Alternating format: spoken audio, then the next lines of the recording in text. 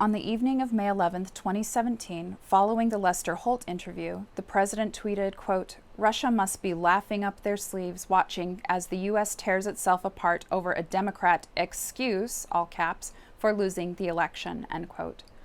The same day, the media reported that the president had demanded that Comey pledge his loyalty to the president in a private dinner shortly after being sworn in.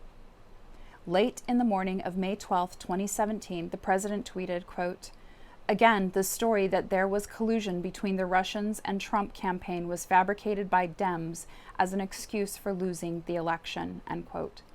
The president also tweeted, quote, "James Comey better hope that there are no tapes of our conversations before he starts leaking to the press, exclamation point," end quote. And, quote, "When James Clapper himself and virtually everyone else with knowledge of the witch hunt says there is no collusion, when does it end?" End quote. Analysis. In analyzing the president's decision to fire Comey, the following evidence is relevant to the elements of obstruction of justice. A. Obstructive act. The act of firing Comey removed the individual overseeing the FBI's Russia investigation.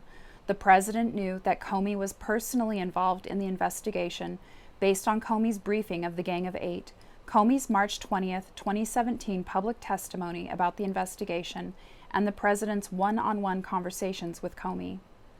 Firing Comey would qualify as an obstructive act if it had the natural and probable effect of interfering with or impeding the investigation. For example, if the termination would have the effect of delaying or disrupting the investigation, or proving the president with the opportunity to appoint a director who would take a different approach to the investigation that the president perceived as more protective of his personal interests. Relevant circumstances bearing on that issue include whether the president's actions had the potential to discourage a successor director or other law enforcement officials in their conduct of the Russia investigation. The president fired Comey abruptly without offering him an opportunity to resign, banned him from the FBI building, and criticized him publicly, calling him a, quote, showboat, and claiming that the FBI was, quote, in turmoil under his leadership. And the president followed the termination with public comments that were highly critical of the investigation. For example, 3 days after firing Comey, the president referred to the investigation as a, quote, witch hunt, and asked, quote, when does it end? Those actions had the potential to affect a successor director's conduct of the investigation. The anticipated effect of removing the FBI director, however, would not necessarily be to prevent or impede the FBI from continuing its investigation. As a general matter, FBI investigations run under the operational direction of FBI personnel levels below the FBI director. Bannon made a similar point when he told the president that he could fire the FBI director, but could not fire the FBI. The White House issued a press statement the day after Comey was fired that said, quote, "The investigation would have always continued, and obviously the termination of Comey would not have ended it," end quote. In addition, in his May 11th interview with Lester Holt, the president stated that he understood when he made the decision to fire Comey that the action might prolong the investigation. And the president chose McCabe to serve as interim director, even though McCabe told the president he had worked very closely with Comey and was part of all the decisions made in the Clinton investigation. B. Nexus to a proceeding. The nexus element would be satisfied by evidence showing that a grand jury proceeding or criminal prosecution arising from an FBI investigation was objectively foreseeable and actually contemplated by the president when he terminated Comey. Several facts would be relevant to such a showing. At the time the president fired Comey, a grand jury had not begun to hear evidence related to the Russia investigation, and no grand jury subpoenas had been issued. On March 20th, 2017, however, Comey had announced that the FBI was investigating Russia's interference in the election, including, quote, an assessment of whether any crimes were committed, end quote.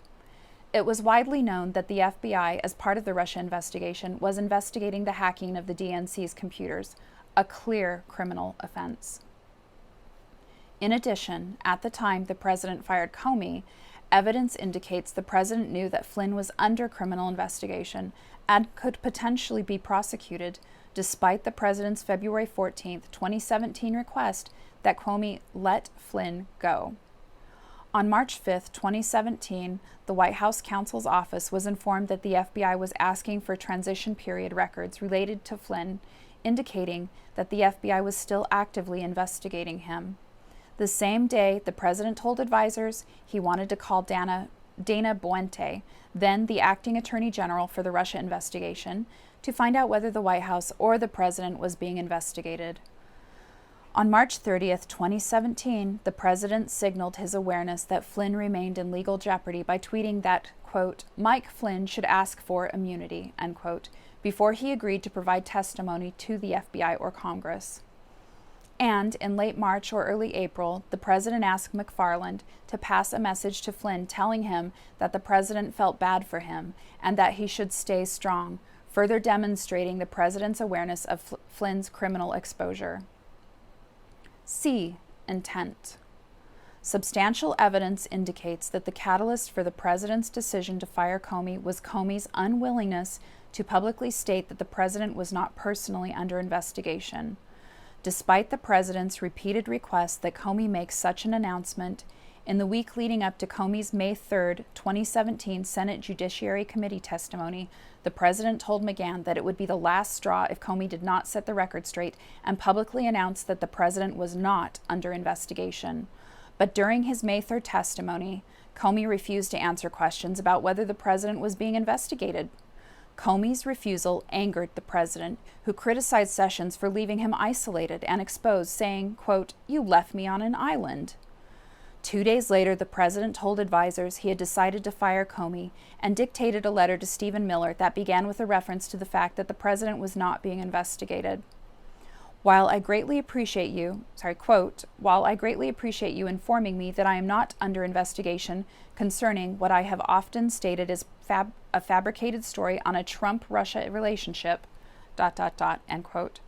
The president later asked Rosenstein to include Russia in his memorandum to say that Comey had told the president that he was not under investigation, and the president's final termination letter included a sentence at the president's insistence and against McGahn's advice, stating that Comey had told the president on 3 separate occasions that he was not under investigation. The president's other stated rationales for why he fired Comey are not similarly supported by the evidence. The termination letter the president had and Stephen Miller prepared in Bedminster cited Comey's handling of the Clinton email investigation, and the president told McCabe he fired Comey for that reason. But the facts surrounding Comey's handling of the Clinton email investigation were well known to the president at the time he assumed office, and the president had made it clear to both Comey and the president's senior staff in early 2017 that he wanted Comey to stay on as director. And Rosenstein articulated his criticism of Comey's handling of the Clinton investigation after the president had already decided to fire Comey.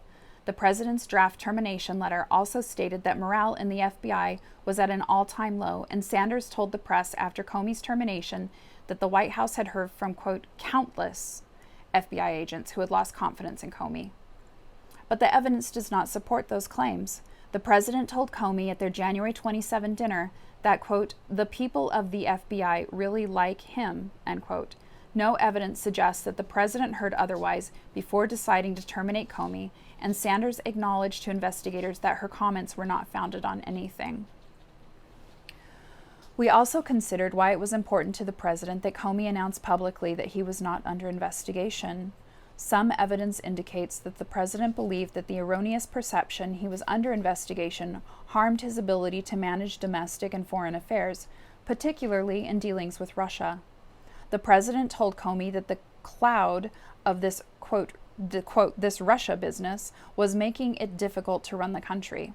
The president told Sessions and McGahn that foreign leaders had expressed sympathy for him for being under investigation, and the perception he was under investigation was hurting his ability to address foreign relations issues. The president complained to Rogers that, quote, the thing with the Russians was messing up, end quote, his ability to get things done with Russia, and told Coates, quote, I can't do anything with Russia. There's things I'd like to do with Russia, with trade, with ISIS. They're all over me with this, end quote.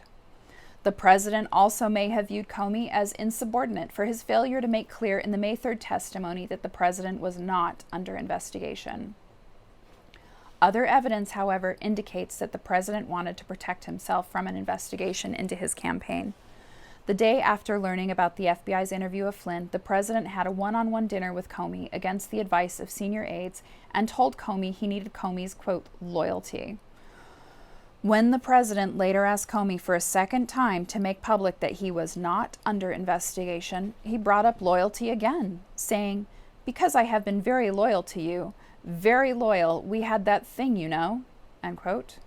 After the president learned of Sessions' recusal from the Russia investigation, the president was furious and said he wanted an attorney general who would protect him the way he perceived Robert Kennedy and Eric Holder to have protected their presidents. The president also said he wanted to be able to tell his attorney general, quote, who to investigate. In addition, the president had a motive to put the FBI's Russia investigation behind him. The evidence does not establish that the termination of Comey was designed to cover up a conspiracy between the Trump campaign and Russia. As described in Volume 1, the evidence uncovered in the investigation did not establish that the president or those close to him were involved in the charged Russia computer hacking or active measure conspiracies, or that the president otherwise had an unlawful relationship with any Russian official. But the evidence does indicate that a thorough FBI investigation would uncover facts about the campaign and the president personally that the president could have understood to be crimes or that would give rise to a personal and political concerns.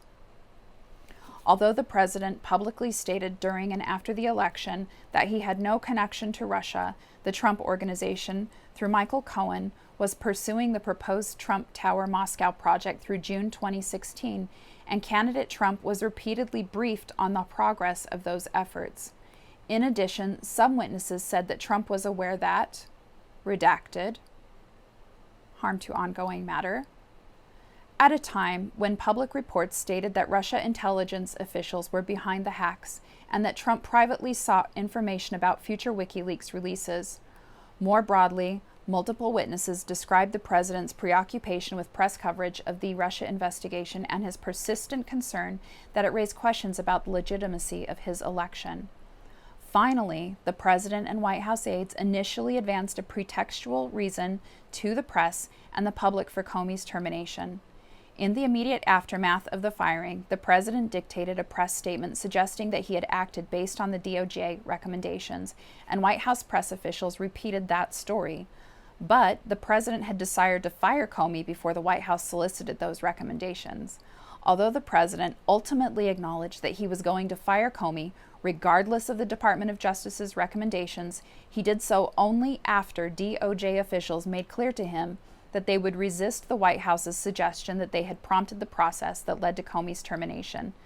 The initial reliance on a pretextual justification could support an interference that the president had concerns about providing the real reason for the firing, although the evidence does not resolve whether those concerns were personal, political, or both.